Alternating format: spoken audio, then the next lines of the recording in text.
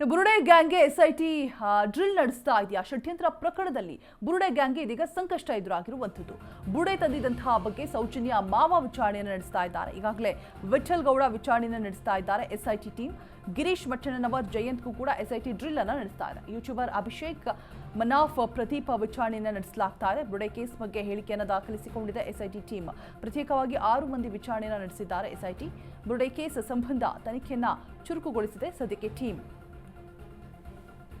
So SIT team ದಿನೇ ದಿನೇ ತಮ್ಮ ತನಿಖೆಯ ಆಯಾಮಗಳನ್ನು ಬದಲಿಸ್ತಾ ವಿಚಾರಣೆಯನ್ನು ನಡೆಸ್ತಾ ಇರುವಂಥದ್ದು. ಪ್ರತ್ಯೇಕವಾಗಿ 6 ಮಂದಿಯ ವಿಚಾರಣೆಯನ್ನು ನಡೆಸಿರುವಂಥದ್ದು. ಇಲ್ಲಿವರೆಗೂ ಕೂಡ ಎಸ್ಐಟಿ ಅಧಿಕಾರಿಗಳು ಬುರುಡೆ ಕೇಸ್ ಸಂಬಂಧ ತನಿಖೆ ದಿನೇ ದಿನೇ ಚುರುಕುಗೊಳ್ತಾ ಇದೆ. ಷಡ್ಯಂತ್ರ ಪ್ರಕರಣದಲ್ಲಿ ಬುರುಡೆ ಗ್ಯಾಂಗ್ಗೆ ಇದೀಗ ದೊಡ್ಡ ಸಂಕಷ್ಟ ಎದುರಾಗಿರುವಂಥದ್ದು.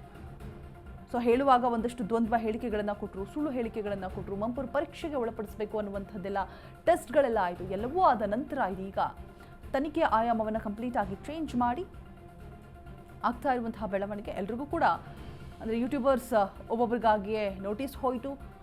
ಅದಾದ ನಂತರ ಎಲ್ಲರನ್ನೂ ಕೂಡ ವಿಚಾರಣೆಗೆ ಹಾಜರುಪಡಿಸಿದ್ರು, ಹೇಳಿಕೆಗಳನ್ನು ದಾಖಲು ಮಾಡಿಕೊಂಡ್ರು. ಇದೀಗ ಇವತ್ತು ಕೂಡ ವಿಚಾರಣೆ ಮುಂದುವರಿಯುತ್ತೆ. ಯೂಟ್ಯೂಬರ್ ಅಭಿಷೇಕ್ ಮನಾಫ್ ಪ್ರದೀಪ್ ವಿಚಾರಣೆ ಬುರುಡೆ ಕೇಸ್ ಬಗ್ಗೆ ಹೇಳಿಕೆಯನ್ನು ದಾಖಲಿಸಿಕೊಂಡಿದೆ ಎಸ್ಐಟಿ ಟೀಮ್.